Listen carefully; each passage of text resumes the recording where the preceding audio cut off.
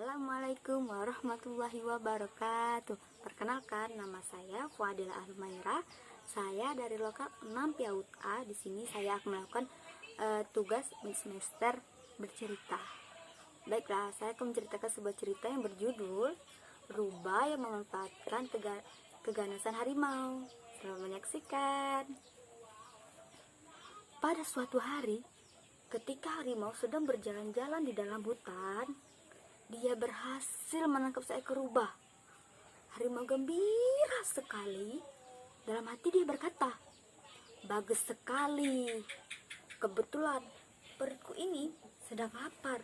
Aku tidak mungkin menolak makanan lezat yang ada di depanku ini."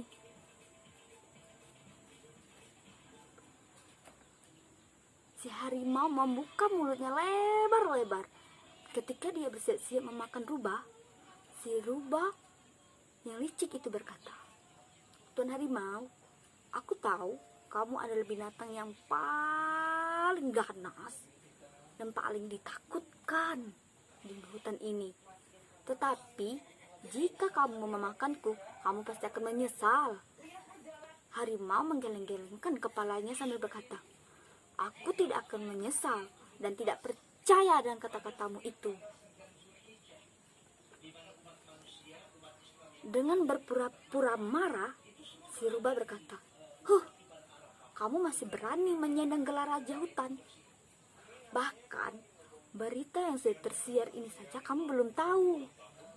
Berita yang bagaimana?" Tanya harimau.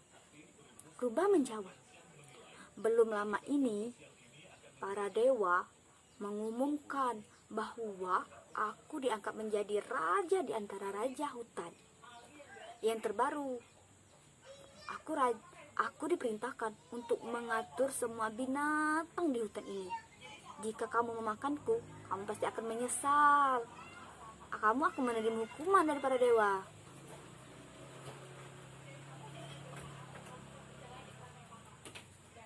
Setelah berkata dengan demikian, si rubah memandang harimau dengan wajah yang serius.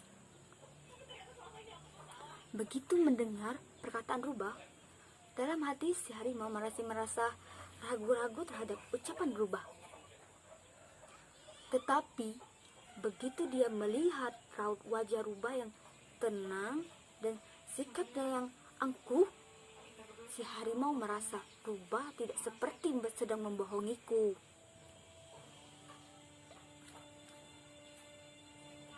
Rubah memperhatikan raut wajah harimau. Dia menyadari bahwa si harimau masih tidak mempercayainya. Oleh karena itu, rubah berkata, "Begini saja, mari kita bersama-sama berjalan mengelilingi hutan ini sebanyak 1 kali.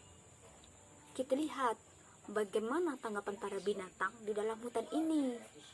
Dengan demikian, kamu akan mengetahui apakah aku sedang berbohong atau tidak." Harimau merasa cara ini cukup masuk akal, sehingga dia pun menyetujuinya. Rubah berjalan dengan sombong di depan, sedangkan harimau berjalan di belakang dengan sangat hati-hati.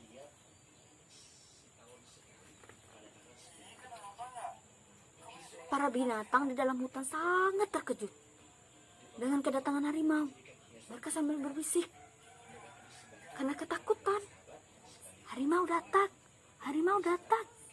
Lalu mereka semua mencari tempat persembunyian yang aman. Dengan sangat bangga, si rubah melihat ke arah harimau. Sambil menepuk dadanya, dia berkata, "Bagaimana? Apakah sekarang kamu percaya bahwa aku adalah raja di antara raja hutan terbaru yang sudah diutus oleh para dewa?"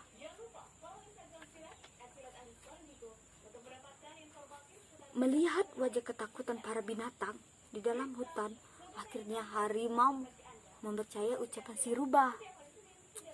Menghadapi rubah yang telah menjadi raja di antara raja hutan terbaru, si harimau kemudian berkata dengan sangat hati-hati, "Raja Rubah, tolong ampuni aku.